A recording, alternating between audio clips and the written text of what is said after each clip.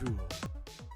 Selon un rapport publié par le Programme pour l'environnement de l'Organisation des Nations Unies, le monde ne cesse de s'éloigner de l'objectif d'un réchauffement de la planète limité à 1,5 degré Celsius. Voilà de quoi accroître encore la pression sur les négociateurs internationaux qui se retrouvent à partir du 31 octobre pour la conférence sur le climat de Glasgow en Écosse. Comme par hasard, ces projections tombent à la veille de cette conférence qui donnera à ses membres l'occasion de vertueux serments et aux médias de quoi annoncer l'apocalypse. Quand reviendra-t-on à des vues saines sur cette question?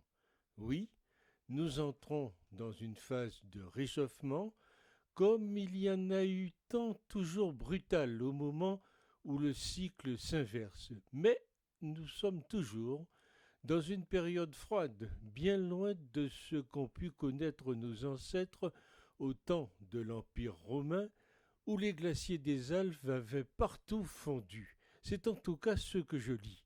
La Terre est naturellement chaude, le niveau des mers monte ou descend, et la géographie des côtes n'a pas toujours été ce qu'elle est.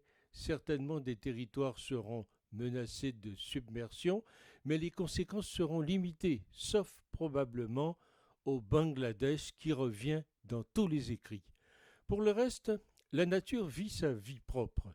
Nos écologistes s'imaginent qu'il existe un état écologique immuable qu'il faudrait préserver à tout prix.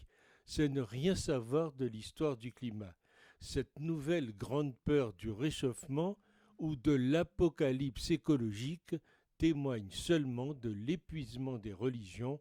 Les modernes ont trouvé une religion panthéiste de substitution. Quiconque regarde la science du climat en recoupant les sources peut se rendre compte qu'au pire, on ne comprend pas si l'homme a une réelle influence.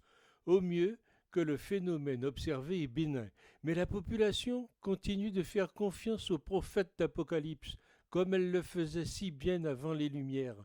Certains déclarent qu'aujourd'hui, on fait de la vraie science, pas comme par le passé. Les idéologues ont toujours essayé d'utiliser la science à leur profit et trouvé des sociétés scientifiques réactionnaires et souvent corrompues pour appuyer et légitimer leurs vues. On nous resserre la même gamelle dont nos ancêtres asservis, endoctrinés, ont tant soupé. Pardon de ne pas en vouloir. C'est bien pour cela que les plans de rénovation énergétique et de diagnostic énergétique, juteux business pour toute une classe d'entrepreneurs et de financiers, ne sont qu'une illusion et un leurre pour la solution du vrai problème. Quand on voit l'argent qui a été investi dans les énergies fossiles et le négationnisme climatique depuis les années 70, ce n'est pas étonnant, et on peut aussi se demander où on en serait si on avait dépensé cet argent pour développer plutôt les énergies renouvelables. Et quand on voit que la fameuse relance verte post-Covid va augmenter l'utilisation des énergies fossiles, c'est marqué dans tous les plans, on peut penser que le réchauffement climatique est à l'humanité ce que le cancer du poumon est aux fumeurs, un moyen cher et douloureux de précipiter sa fin. Quand les décideurs de l'ONU vont-ils enfin lancer la COP la plus urgente pour l'humanité, la COP sur la démographie? Pour rappel, la population mondiale augmente d'environ 230 000 individus chaque jour, soit environ 80 millions de personnes sur Terre chaque année, la population d'un pays comme l'Allemagne. Et tous ces gens vont bien sûr consommer. Donc tous les palabres sur le climat et les efforts de certains pays seront vains tant que la croissance démographique délirante de l'humanité ne sera pas réduite. Que le monde commence donc par se fermer la braguette, on est toujours surpris que personne ne parle du contrôle de la natalité.